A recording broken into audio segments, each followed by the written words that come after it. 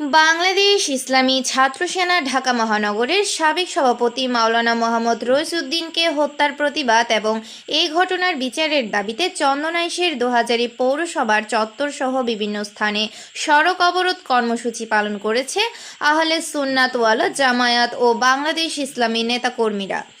গত 5ই মে সোমবার সকাল 9টা থেকে শুরু করে দুপুর 12টা পর্যন্ত 3 ঘন্টা কর্মসূচির অংশ হিসেবে চন্দনাইশের চট্টগ্রাম কক্সবাজার মহাসড়ক, দোহাজারী পৌরসভা, ফুলতলা, দেওয়ানহাট সহ বিভিন্ন স্থানে সংগঠনের নেতাকর্মীরা সড়ক অবরোধ করেছেন। সরেজমিনে গিয়ে দেখা যায় সকাল 8টা থেকে চন্দনাইশের বিভিন্ন জায়গা থেকে শত শত নেতাকর্মীরা মিছিল সহকারে দোহাজারী পৌরসভাস্থ এলাকায় উপস্থিত হয়ে সড়ক অবরোধ করেন। এ সময় তারা নেতাকর্মী মাওলানা রইসুদ্দিনের হত্যার সুষ্ঠু তদন্ত করে আসামিদের গ্রেপ্তার করার ও বিচারের দাবিতে নানান স্লোগান দেন। কিভাবে ঢাকা শহরকে লোকের কারেন্ট দিতে পারছে এটা প্রমাণ করে দিয়েছে।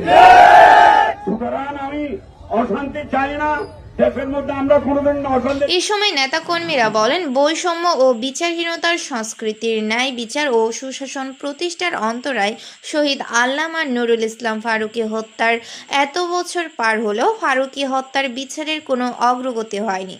এবার ঢাকা গাজীপুরের মসজিদের ইমাম ও খতিব মাওলানা রইসুদ্দিনকে মিথ্যা অপবাদে নির্মমভাবে নির্যাতন করে হত্যা করা হয়েছে।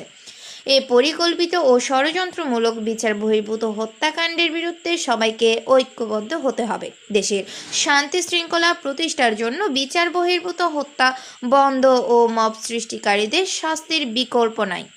অথচ পুলিশ প্রশাসন মামলা পর্যন্ত নেয়নি। তাই অতি শীঘ্রই থানায় মামলা দায়ের করে আসামিদের গ্রেপ্তার না করলে আরও কঠোরতম কর্মসূচি ঘোষণা করবে বলে তারা জানান।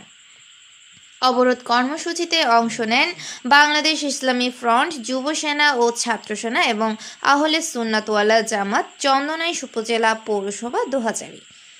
ইয়াসিন ইসলাম হৃদয়, ডাক বাংলা টিভি, চট্টগ্রাম।